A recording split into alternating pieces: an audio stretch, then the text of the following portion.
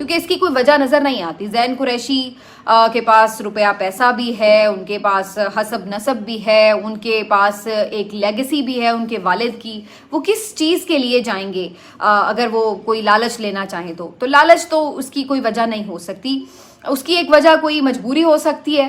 یہ تو وہی بتا سکتے ہیں کہ کیا ہو سکتی ہے. اور دوسری یہ بھی ہو سکتا ہے کہ ابھی بھی وہ قابو میں ضرور ہوں, لیکن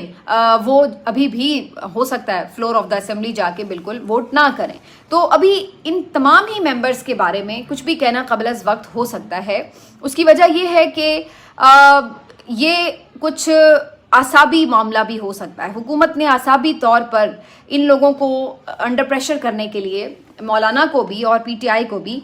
یہ ایک طریقہ رکھا ہو کہ جی یہ سب ہمارے ساتھ ہیں اور آپ کے ساتھ نہیں ہیں. اور واقعی ان کے ساتھ چونکہ رابطہ بھی نہیں ہوگا تو یہ لوگ تو یہی سوچ رہے ہوں گے کہ یہ تو اب ادھر سے ووٹ آئیں گے, لیکن کیا یہ 11 کے 11 ووٹ بھی کریں گے حکومت کے حق میں, یہ ابھی میں نہیں سمجھتی کہ کہنا حتمی ہے. یہ دیکھنا ہوگا کہ on the floor of the house, چاہے وہ سینٹ کا ہو یا اسمبلی کا, وہاں پر دیکھنا ہوگا کہ یہ لوگ ووٹ بھی کرتے ہیں نہیں. تو ایک تو اس کے بارے میں یہ چیز ہے.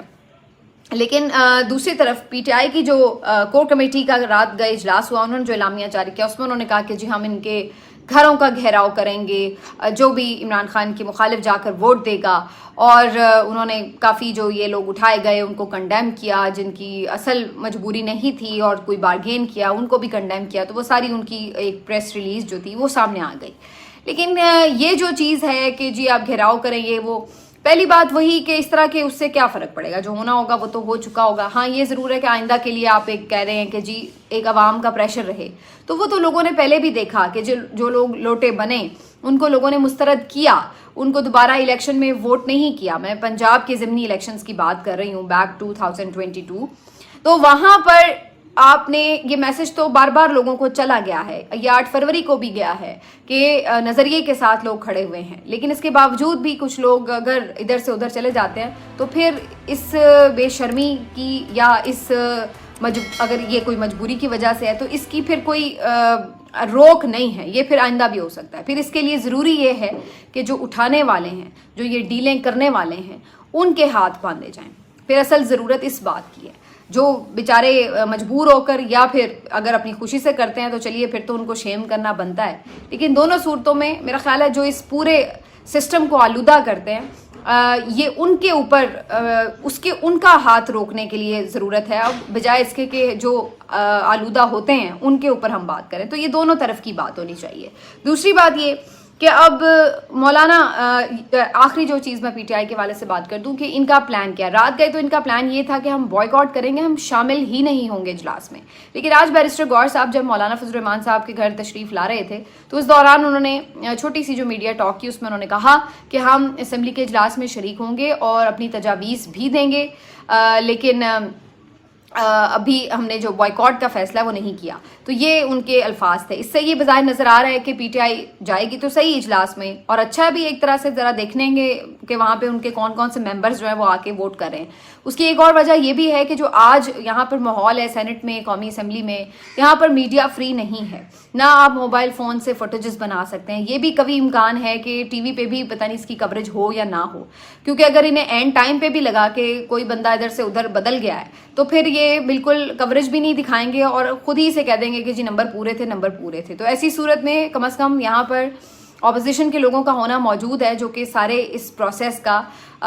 ایک چشمدید گواہ بن کر وہاں پر موجود ہو کم از کم. تو یہ اب ساری صورتحال ہے. لیکن میں یہ ضرور سوچ رہی تھی کہ کچھ بہت سارے نام سامنے آئے, لیکن ایسے کچھ نام جن کے اوپر ہمیشہ پی ٹی آئی شک کا اظہار کرتی تھی, جیسے شیر افضل مروت ہوں, بہت سے لوگ شاندانہ گلزار کے اوپر بات کرتے تھے, بہت سے لوگ جو ہے علی محمد خان کو تنقید کا نشانہ بناتے تھے. ابھی بھی ان کی بہت ساری باتوں پہ بنایا جا سکتا ہوگا انہیں, لیکن کم از کم جہاں ووٹ کرنے کی باری آئی ہے تو یہ لوگ فی الحال تو پارٹی کے ساتھ ہی کھڑے نظر آ رہے ہیں, یہ ادھر سے ادھر نہیں ہوئے. تو یہ بھی دیکھنے کی بات ہے کہ جو نقصان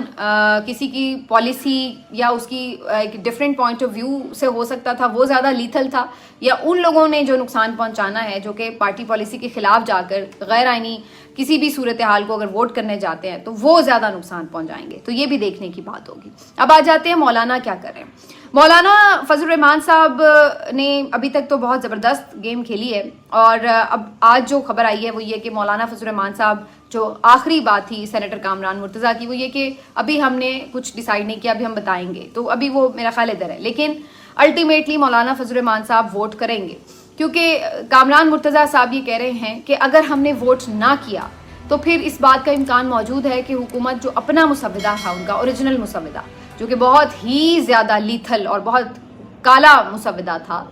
اس کو پاس کروا لے گی. تو ہم یہ سمجھتے ہیں کہ زیادہ نقصان سے بہتر ہے کہ پھر ہم کوئی چھوٹے موٹے نقصان کے اوپر کمپرومائز کر لیں, اور ان سب کو اپنے مسودے پہ ہم قائل کر چکے ہیں. اگر پیپلز پارٹی کے ساتھ ایک ہمارا کنسنسس ہو چکا ہے تو بہتر یہ ہے کہ ان کا اگر ایک مسودہ پاس ہونا ہی ہے بائی ہوک اور بائی کرو تو پھر وہ مسودہ پاس ہو جائے جو ہم نے تیار کیا, کیونکہ وہ کم از کم لیس نقصان دہ ہے جو اس کی نسبت جو حکومت کا ہے. تو ان کی بات سے یہ سمجھ آئی کہ وہ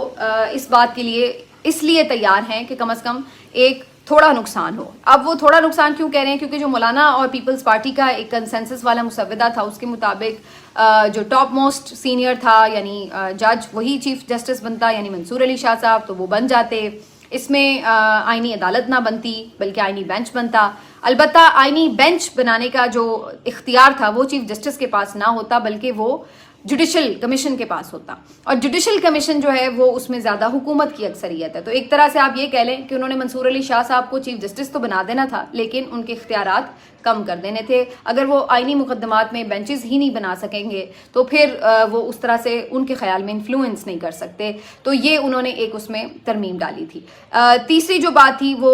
یہ تھا کہ جو ملٹری کورٹ کرنا چاہ رہے تھے وہ نہیں مولانا نے کرنے دیا. بنیادی انسانی حقوق سے متعلق کچھ چیزیں تھیں وہ مولانا نے ایڈ اپ نہیں کرنے دی. تو اس طریقے سے مولانا کا یہ خیال تھا کہ کافی چیزیں روک دی گئی ہیں. ایک یہی چیز ذرا کنٹروورشل ہے کہ جی جوڈیشل کمیشن آئینی بینچ کی تشکیل کرے, تو یہ ایک پھر بھی کم نقصان دہ بات ہوگی بجائے اس کے کہ ہم اتنا پورا سیٹ اپ ہی بدل دیں آئین کا. تو اس وجہ سے مولانا اور ان کی پارٹی سمجھتی ہے کہ اگر مولانا کے مسودے کے اوپر ترمیم ہو رہی ہے تو پھر اس میں وہ ووٹ کرنے کے لیے تیار ہیں. اب آ جاتے ہیں کہ ان کے پاس کیا آپشن ہے حکومت کے پاس. تو جناب صورتحال یہ کہ بظاہر لگ رہا ہے کہ حکومت بھی مولانا کے ساتھ کچھ گیم کرنے والی ہے, اور یا تو اب یہ ان کے کچھ ہو سکتے ہیں جس کو آپ کہتے ہیں سائیکولوجیکل ٹیکٹکس, یا پھر یہ واقعی مولانا کے ساتھ کوئی ہیر پھیر کرے. کیونکہ جو خبریں آ رہی تھی کہ ابھی مسودہ منظور ہوا ہے وہ تو بتایا جا رہا ہے کہ اوریجنل جو حکومت کا مسودہ تھا وہ منظور ہوا ہے, اور وہ تو بڑا خوفناک مسودہ تھا. اس میں تو پھر قاضی صاحب بھی کہیں نہیں جا رہے, اس میں تو آئینی عدالت بھی بن رہی ہے, اس کے مطابق تو پھر ملٹری کورٹس بھی بن رہی ہیں, اس کے مطابق تو پھر بہت ساری خرابیاں جنم لے رہی تھیں جو کہ مولانا کے مسودے میں دور کی گئی تھیں. تو بظاہر ایسا لگ رہا ہے کہ اگر انہوں نے یہ مسودہ یعنی جو اوریجنل مسودہ تھا وہ پاس کیا ہے کابینہ نے, تو پھر تو اس کا مطلب ہے کہ مولانا والا معاملہ تو انہوں نے نکال دیا بیچ میں سے. تو پھر ایسی صورت میں کیا مولانا ووٹ کریں گے, اور اگر مولانا ایسی صورت میں ووٹ نہیں کرتے تو پھر کیا ان کے پاس نمبرز پورے ہوں گے. یہ اب جو ہے ایک $1 ملین کویسچن ہے کہ اگر ایک طرف حکومت اتفاق رائے کی بات کر رہی تھی اور یہ کہہ رہی تھی کہ مولانا ہمارے ساتھ شامل ہو, تو ہم بالکل ہم بہت ساری چیزوں پہ کمپرومائز کر چکے ہیں جو کل بلاول نے آن ریکارڈ کہا تھا. تو اب یہ کیسے ہو گیا کہ انہوں نے اوریجنل مسودہ جو ہے اس کو پاس کیا ہے, اور اگر انہوں نے اوریجنل مسودہ پاس نہیں کیا, مولانا والا مسودہ پاس کیا ہے, تو پھر اس صورت میں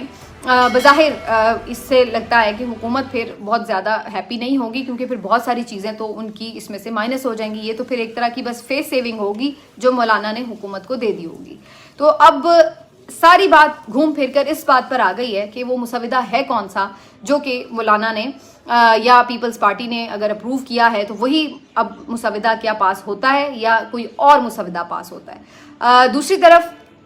سیکیورٹی ٹائٹ ہے جی فل, اور اس کے ساتھ ساتھ ہم یہ دیکھ رہے ہیں کہ جو میڈیا ہے اس پہ بھی پابندی ہے, فون سے آپ فوٹیج نہیں بنا سکتے, یہ سب چیزیں. تو یہ سب چیزیں بھی انڈیکیشن یہی کر رہی ہیں کہ جہاں کہیں ضرورت پڑی ہیر پھیر کی تو اس کا پورا بندوبست بھی کر لیا گیا ہے. اور اس کے ساتھ ایک جو چیز ہو سکتی تھی جس کے اوپر ابھی بھی بہت سارے لوگ بات کر رہے ہیں کہ پی ٹی آئی نے احتجاج کی کال کیوں نہیں دی, کیونکہ ہمیشہ عمران خان صاحب کا ایک جو نظریہ رہا ہے یا ایک جو ان کا یوں کہہ لیں کہ ہمیشہ ایک چیز ایک آپشن جس پہ وہ ہمیشہ ریلائی کرتے ہیں وہ پبلک پریشر ہوتا ہے. اور عمران خان صاحب نے جب 4 تاریخ کو بھی یہ کال دی تھی ڈی چوک کی، اس وقت بھی آئینی ترامیم کے حوالے سے بڑی تیزی دکھا رہی تھی حکومت، لیکن پھر ایسا عمران خان صاحب نے انہیں الجھایا کہ ڈی چوک آ رہا ہے، الیامین آ رہا ہے، قافلہ آ رہا ہے، یہ ہو رہا ہے وہ، کہ 3 دن پھر وہ اسی میں الجھ کر رہ گئے تھے۔ تو عمران خان صاحب کا یہ والا آپشن پی ٹی آئی بہرحال ابھی تو فی الحال نہیں یوز کرنے جا رہی، لیکن کیا ترامیم ہونے کے بعد احتجاج کرنا فائدہ مند ہوگا، سڑکوں پر آنا، کیونکہ اگر ایک دفعہ ترامیم ہو گئیں تو پھر تو وہ سارا سیٹ اپ اپنی مرضی کے لوگ لگا لیں گے، تو پھر وہی ہوگا جو ہم اس سے پہلے دیکھ رہے ہیں۔ لیکن اب اس میں ایک سوچنے کی بات ہے، میں اکثر یہ نوٹس کرتی ہوں کہ ہماری قوم بھی بس کچھ عجیب سی ہے اس پوائنٹ آف ویو سے کہ جب چیز ہو رہی ہوتی ہے تو اس وقت جب واردات ڈالی جا رہی ہوتی ہے تو تب سب چپ کر کے ٹی وی اسکرینس پہ جڑ کے وہ دیکھ رہے ہوتے ہیں ایک فلم کی طرح کہ کیسے واردات ڈالی جا رہی، اور جب ہو جاتا ہے تو پھر آپ افسوس کا اظہار بھی کرتے ہیں، پھر آپ بعض اوقات باہر بھی نکل آتے ہیں۔ جیسے 22 اپریل کی رات بھی یہی کچھ تھا کہ ہو رہا ہے، سب دیکھ رہے ہیں، اور اگلے دن سارے باہر نکلے۔ بھائی اب آپ کو جب ہٹا ہی دیا تو پھر باہر نکلنے کا کیا فائدہ؟ جب گورنمنٹ گر ہی گئی تو پھر آپ باہر نکلے، پھر اس پریشر نے تو کچھ نہیں کرنا تھا۔ اسی طریقے سے 8 فروری جس رات یہ ساری کاروائی ڈالی جا رہی تھی الیکشن چوری کرنے کی، تو اس وقت وہ ٹائم تھا کہ آپ اپنا نہیں اس حکومت کو بننے دیتے، چاہے کچھ بھی ہوتا، آپ اپنا ووٹ اس کو محفوظ بناتے، اور بالکل کسی صورت یہ حکومت کو قائم ہی نہیں ہونا چاہیے تھا۔ لیکن اس وقت کوئی احتجاج نہیں کیا، نہ پی ٹی آئی لیڈرشپ نے کیا، نہ عوام اپنے طور پر کسی طرح کوئی احتجاج کرتی نظر آئی، اور اس طریقے سے وہ دن بھی ضائع ہوا۔ تو اب اسی طرح سے یہ ایک اور جب شب خون آئین پر ماننے کی بات ہو رہی ہے تو پھر سب آنیاں جانیاں، ملاقاتیں، نمبر گیم، کون اٹھ گیا کون بیٹھ گیا، یہ سب تو کاؤنٹ کر رہے ہیں، لیکن اس کے لیے خود سے نہ تو انہوں نے کوئی احتجاج کی کال دی ہے پی ٹی آئی نے، اور نہ ہی کوئی لوگوں میں اس معاملے پر کوئی ریلیونٹ نظر آ رہا ہے کہ جی ہاں ہم جا کے اس چیز کو کے اوپر کوئی وہ کریں۔ تو یہ ایک عجیب سا ہماری قوم کا رویہ ہے کہ نقصان ہونے کے بعد اگر آپ لوگ پھر تحریک چلانے کا سوچتے ہیں وہ، تو پھر بہت سارا نقصان آلریڈی ہو چکا ہوتا ہے، اور پھر اس ڈیمیج کنٹرول کے ساتھ جب آپ جانے کی کوشش کرتے ہیں، آگے اٹیک کرنے کی کوشش کرتے ہیں، تو وہ نہیں ہوتا۔ جو عمران خان کی اسٹریٹجی ہے اور جو پی ٹی آئی اس کو فالو نہیں کرتی، اس میں ایک بہت بڑا ریزن یہ ہمیں نظر آتا ہے کہ عمران خان ہمیشہ اگریسو پالیٹکس کرتے ہیں، اس لیے جو ان کے مخالفین ہوتے تھے وہ ہمیشہ انڈر پریشر رہتے تھے۔ لیکن سنس عمران خان صاحب جیل میں ہیں تو پچھلے 1.5 سال سے P T I continuously under pressure ہے۔ اب آپ یہ دیکھیے کہ ہر معاملے پر پی ٹی آئی بالکل انڈر پریشر نظر آ رہی 1.5 سال سے، اتنی بڑی اسٹریٹ پاور، اتنا سب کچھ ہونے کے باوجود، سب سے زیادہ اسمبلی ممبرز ہونے کے باوجود، ہر موقع پہ پی ٹی آئی ڈھیری ڈھا کے جس کو کہتے ہیں بیٹھ جاتی ہے۔ اس کی وجہ صرف ایک ہے کہ سالار آپ کا جب اس طرح تگڑا نہ کھڑا ہو تو پھر وہ بہت بڑی فورس کے ساتھ بھی ہار جاتا ہے جنگیں، اور سالار انہوں نے پکڑ کے جیل میں بند کیا ہوا ہے، اور اس کی جو پالیسی ہے وہ باہر اس طرح سے امپلیمنٹ نہیں ہو پا رہی، جس کی وجہ سے بار بار پی ٹی آئی کو نقصان ہو رہا ہے۔ تو یہ ہے عمران خان صاحب، تو ایون ان کے پاس کچھ نہ بھی ہو نا آپشن، تب بھی آپ اس بندے کی باڈی لینگویج دیکھیں، اس کی گفتگو دیکھیں، تو وہ ویسے ہی کمزور لوگوں کو بھی کھڑا کر دے گا۔ اب آپ دیکھیے کہ 22 اپریل کو حالانکہ پتا تھا کہ نمبر پورے ہو چکے ہیں، پتا تھا کہ اسٹیبلشمنٹ اس وقت کی سارا کچھ کنٹرول کر چکی ہے، پتا تھا عدالتیں کھل رہی ہیں، پتا تھا ججز کے ساتھ بھی معاملات ہوئے ہیں، ادھر ساری اتحادی جماعتیں ادھر سے ادھر جا چکی ہیں، ہر چیز نظر آ رہی تھی، لیکن وہ آخری دم تک کیسے ان کے اعصاب سے کھیل رہے تھے کہ ان کو دیکھیے میں کرتا ہوں، یہ انجوائے کرے گی قوم، یہ یوں ہو جائے گا، سرپرائز ملے گا، یہ وہ، مطلب اس نے ان کو پوری طور پر ذہنی طور پر شکنجے میں جکڑا ہوا تھا، اور وہ آگے بھی آپ چلتے جائیں، مطلب یہ الیکشن ہونے والے تھے، اور میں سوچ رہی تھی کہ الیکشن ہونے والے ہیں اور ان کے ساتھ سب کچھ تھا، الیکشن کمیشن پورا ملا ہوا ہے، اسٹیبلشمنٹ ملی ہوئی ہے، ہر طرح کی فیسلٹی تھی، جوڈیشری ساری عدلیہ ان کے اس میں ملی ہوئی ہے، سب کچھ ہے، پھر بھی وہ بندہ گفتگو یہ نہیں کرتا تھا ہم ہار جائیں گے، وہ کہتا تھا ہم جیت جائیں گے۔ تو اس کی جو یہ پازیٹیو ایک جیت کی طرف اپروچ ہے، وہ اس چیز میں ایک ایسی آپ جذبہ جگا دیتی ہے کہ پورا آپ کا جو پیچھے لشکر ہے وہ بھی کھڑا ہو جاتا تھا۔ اب یہاں پر یہ سوائے آ کے جو موجودہ ان کے لوگ ہیں وہ آ کے سوائے رونے دھونے کے یا اس طرح ان کے علاوہ ان کے پاس کوئی ہوتا نہیں ہے آپشن کہ وہ آ کے یہ کہیں گے جی ہم یہ وہ اگریسو آپ آتے ہیں، لیکن کم از کم منہ کے حد تک یہ اگریسو آ جائیں، سوائے علی امین گنڈا پور کے وہ تھوڑا سا ہو جاتے ہیں، لیکن وہ پھر بعد میں پرفارم اس طرح نظر نہیں کرتے آ رہے ہوتے۔ تو یہ میں کہنا یہ چاہ رہی ہوں کہ جو آپ کا آگے کھڑا بندہ ہوتا ہے سپہ سالار، وہ کتنا تگڑا ہے، وہ کتنا مائنڈ فلی کھیل رہا ہے، یہ بڑا امپورٹنٹ ہے. آپ کے بھلے جیب خالی بھی ہو لیکن آپ شو یہ کر رہے ہوتے ہیں کہ یار مسئلہ ہی کوئی نہیں. یہاں ابھی ووٹنگ شروع ہی نہیں ہوئی اور سارے یوں گرے پڑے ہیں، کندھے جھکے ہوئے ہیں، منہ لٹکے ہوئے ہیں کہ جیسے بس مر گئے مر گئے مر گئے. تو یہ جو چیز ہے یہ تو آپ کو نہیں بھی آپ نے ہارنا ہوگا تو آپ ہار جائیں گے. ادھر ان کے نمبرز پورے نہیں، انہیں دوسروں کے بندے اٹھانے پڑ رہے ہیں اور وہ سینے چوڑے کر کر کے کہہ رہے ہیں ہمارے سے تو نمبر بھی زیادہ ہے اور مولانا بھی نہ آئے تو ہم جیت جائیں گے، یہ وہ بلا بلا کیک کھائیں گے فلاں کریں گے. تو یہ یہاں پر جہاں سائیکولوجیکل گیم کی بات آتی ہے تو پھر آپ کو حاوی ہونا پڑتا ہے. اس کے لیے پھر آپ کو اپنا مائنڈ پورا اسٹرینتھ کے ساتھ اپلائی کرنا پڑتا ہے. پھر آپ یہ جھکے ہوئے کندھوں کے ساتھ جو ہے یہ شکایات کرتے ہوئے، تحفظات دہراتے ہوئے، یہ بھی ہونی چاہیے ٹھیک ہے